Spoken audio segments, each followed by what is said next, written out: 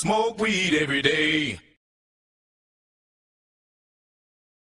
Orlando Pirates Fan TV, Cat here. It's the 18th of December. It's a Friday. It's overcast at the moment, but we will be discussing Pirates-related news. We'll be discussing why Chiefs got such a huge thumping against Sundowns. We'll be discussing the problems that caused that. We'll be discussing Chelsea news, Manchester United news. We'll be discussing FIFA news. We'll be discussing the under-23s. We'll also be discussing FIFA presidential race. And right now, I would like to ask Robbie, why is Orlando Pirates fan, and why Orlando Pirates has been performing so badly, specifically at the Orlando Stadium. Thank you very much for the opportunity. So simply, I'm a person that grew up with a family that just loves Orlando Pirates. So we're one of those people that we make sure if you're not an Orlando Pirates fan and you are in our family, you have to go with us. Orlando Stadium is where I'm always at. Unfortunately, I've never seen myself on TV, but that's okay because I am now. So Orlando Pirates is a very great team. I love the way they just play their soccer, the possession football, the touches they have, the skill they have, especially Rachali came with something new, like what South African football is all about. And what I actually love about that boy is that he does not listen to his fans, whereby they just whistle at him every time he has the ball. So he doesn't do unnecessary dribblings, especially when it's like focused on winning. Yeah, thank you very much. And why does Pirates perform the way they do at the Orlando Stadium? Are they scared of playing in the Orlando Stadium? What is the problem with Orlando? What I actually think is that the players are not too excited playing PSL in the PSL. What I actually understand is that I've seen how they play when they're playing in Africa, and they're playing the best football. They are committed to the team. They connect with each other. But when it comes to PSL, I'm not sure. It's just not working out, or maybe it's because we are playing a similar football, so we understand each other. But they're failing in the PSL line. Do you still have faith in Eric Tinkler?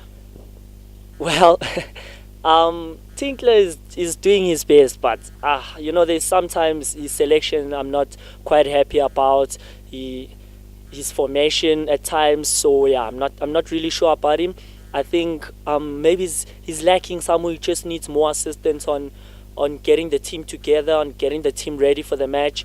But he's a great coach. He should give more youth chances to play in the team, see how they perform. Maybe you'll find another Rachali. You never know what you can find. And are you happy with? You said you're not happy about his selection. Which players do you think cause a problem in our team right now? Well, I think backline, we have quite oldish players there. I think they're a bit too grown for us. Roy, yeah. I mean, he's a rough player.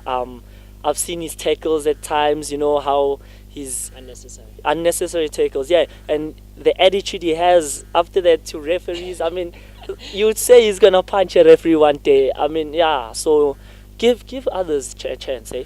I also think that Eric Tinkler is under serious pressure, even though he's won the last 2 games. But we've had the disruption of the CCC, which has stopped the momentum after we beat Chiefs 3-1 once again, as it happened on Wednesday. So Chiefs keep collecting the 3-1s. But anyway, we'll discuss that later.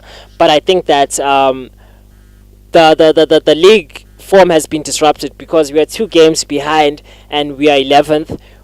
We've got 11 points. We are 12th on the log. We are 7 points behind Chiefs, which is not good reading, but it's okay. We are two matches behind. But when Pirates has games in hand, they never perform. But I also think that on Sunday, we should spoil the party. Do you think Pirates will be able to spoil the party and bring Sundowns back to life? Because right now they think that just because they beat Chiefs, they will beat Pirates. Do you think Sundowns will do the job? And do you think Sundowns will expose our defense? Or do you think that Pirates, when it's time to rise to the occasion, they perform? You know what? I've seen something very interesting about Pirates. When it comes to big matches, they make sure they perform at their best. If you can look, take a look at it. If you can see Pirates, like when it comes to Kaizer Chiefs matches, we make sure we play our best football. And we might lose to something like Maritzburg. So I'm not quite sure what's happening there. They pick and choose their games. Yeah, they pick and choose their games. But against Chiefs, against Sundowns, I think we're gonna play well since the CAF is over now. So we are more focused on the league.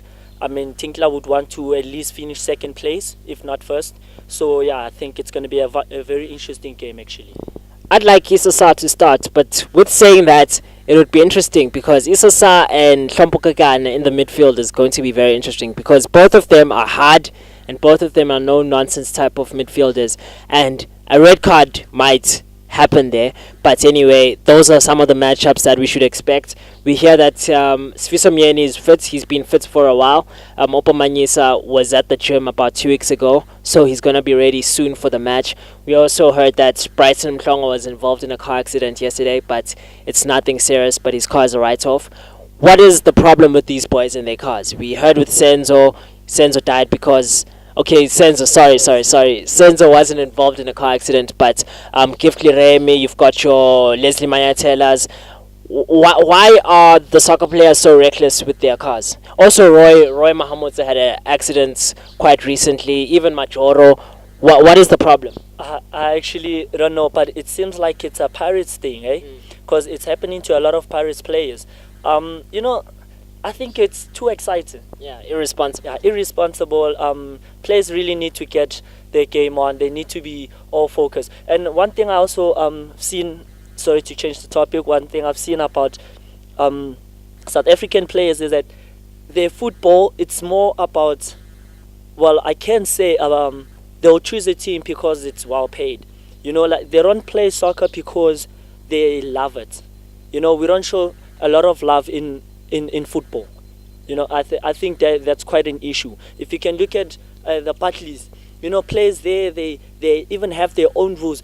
And currently, when you actually embarrass a player in Bartleys Premier, it's a problem. They fight you and they don't want. But Robbie, this is South Africa. This is what we do. This is what makes South Africa. Because if you take out a Rachale and you want him to play like Jesus Navas, it would be boring. So I think they should continue to play the way they do, but they should also take it seriously. Yeah, definitely. I agree with that. I mean, we shouldn't lose our culture in football. I mean, we are known for dribbling and doing all these fancy skills that we do.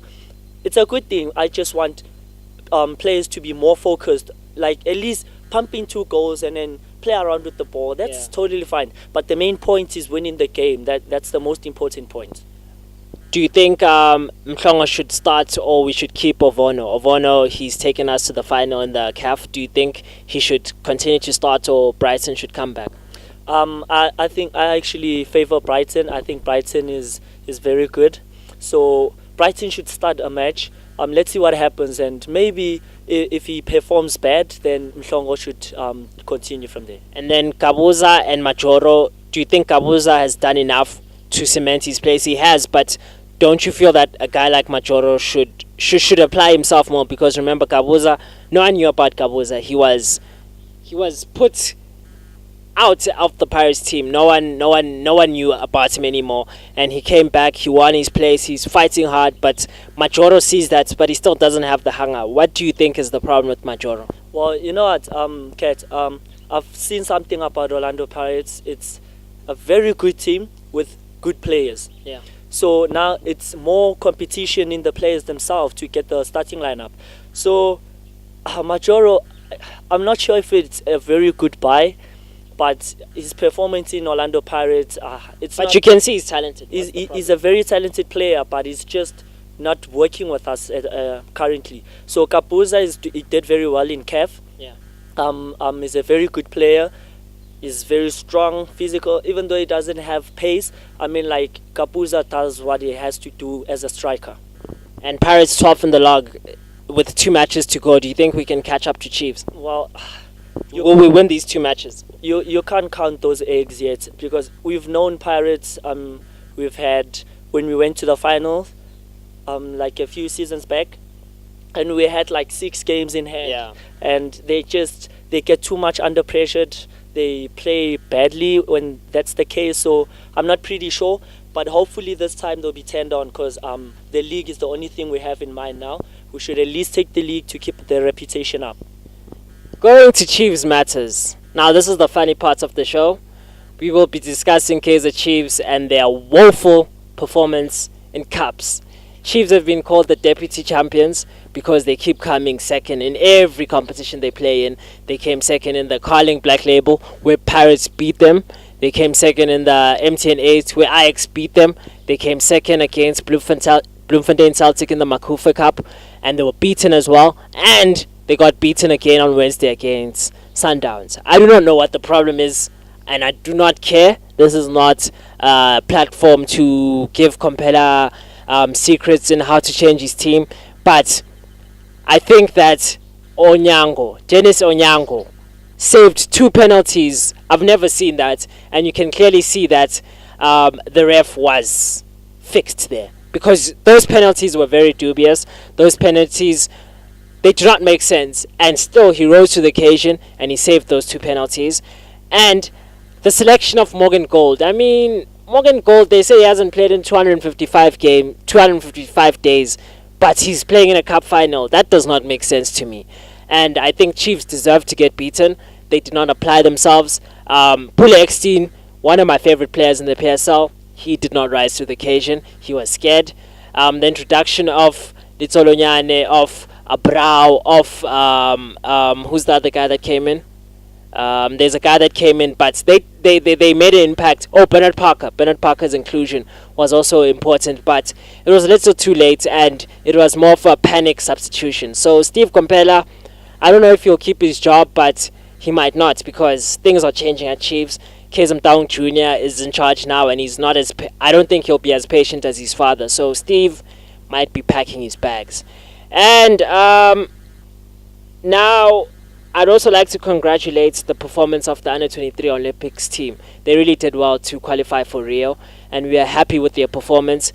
Would like to send a special shout out to Menzi Masuku for representing Orlando Pirates, and Kif Mutupa. You boys have made us proud, and we wish that you will be in the final selection to Rio, and you do our club proud.